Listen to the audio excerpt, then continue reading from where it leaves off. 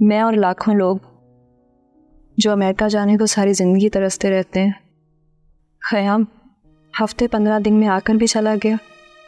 मगर ये तो कोई बात ना हुई। ख़याम जाकर चैन से बैठ गया, फूफा जलील करके खुश हो गई, अम्मी रो धोकर बैठ गई। नहीं, मैं अम्मी और अब्बू की ज़िल्लत इतनी आसानी से नहीं भूलूंगी।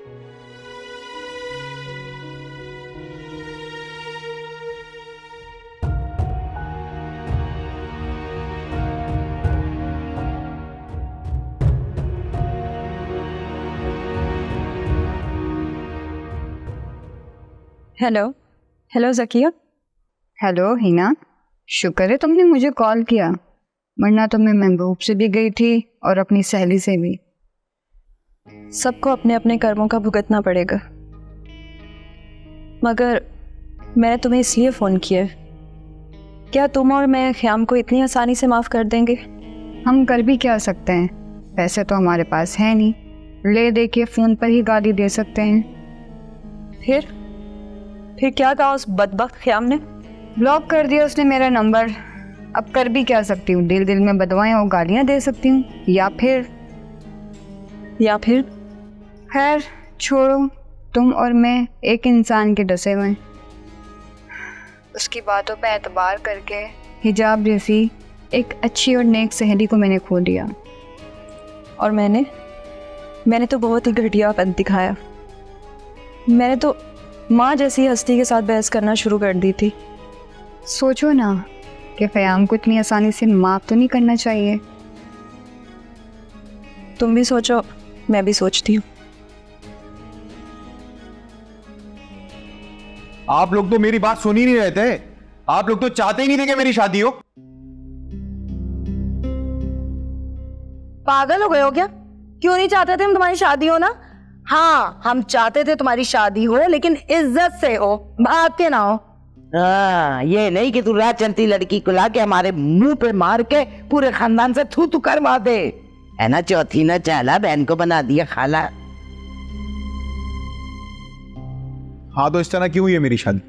क्योंकि आप नहीं मारनी थी। खैर बहरहाल अब तो हो गई है ना मेरी शादी, वो आपकी बहू बन गई है, तो जीना क्यों आराम कर रहे हैं फिर मेरा? अरे हमने कहा जीना आराम किया है? जीना आराम तो नाक में दम तो तुम्हारी बीवी ने हमारे कर रखा है, समझ आई? आए बड़े लो, शैतान का नाम लियो, शैतान हाजिर। हारून, आप यहाँ क्या कर रहे हैं?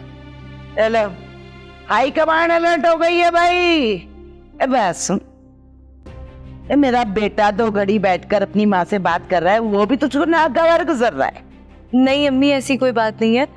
मैंने तो इसलिए पूछा कि कहीं मेरे माथे की चोट को लेकर ये आपसे या हुमा आपी से बदतमीजी ना कर रहे हो। देखा आपने इसका ज़र्फ? तुमने देखा इसका ज़र्फ?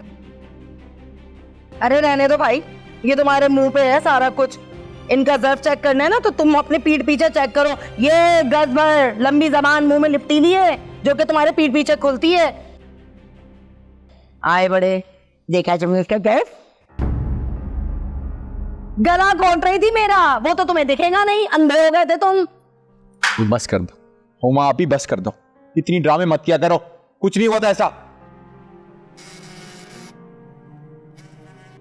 हेलो अम्मी। हिजाब बेटा। हाँ, भाई हम कब से तुम्हारे घर के दरवाजे पे खड़े हैं, दरवाजा खोलो। बस सुन, तू तो हो गया जोरू का गुलाम। और हिजाब, ये शोर कैसा? वो असल में टीवी पर ड्रामा चल रहा है, उसमें लड़ाई हो रही है। आप बताएं। अरे अच्छा, हाँ, हंचा चौक पे बड़ी ही लड़ाइयाँ हो रही हैं आजकल, बड़े मजे का ड्रामा चल रहा है। हाँ, चलो दरवाजा खोलो मेरा बच्चा, शाबाश। दरवाजे पे मतलब आप मेरे ससुराल के दरवाजे पे खड़ी हुई है? हाँ, जल्दी आ जाओ। हाँ अच्छा अम्मी, मैं आती हूँ। वो आप लोग प्लीज खामोश हो जाए। हारून, मेरी अम्मी आई हैं, उनके सामने प्लीज कोई लड़ाई झगड़ा मत कीजिएगा।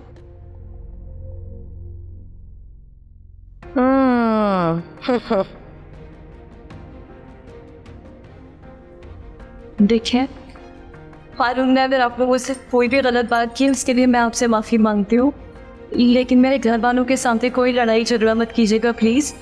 उनके सामने हंसी खुशी मिलेंगे क्योंकि मैंने अपने घर वालों को कुछ नहीं बताया।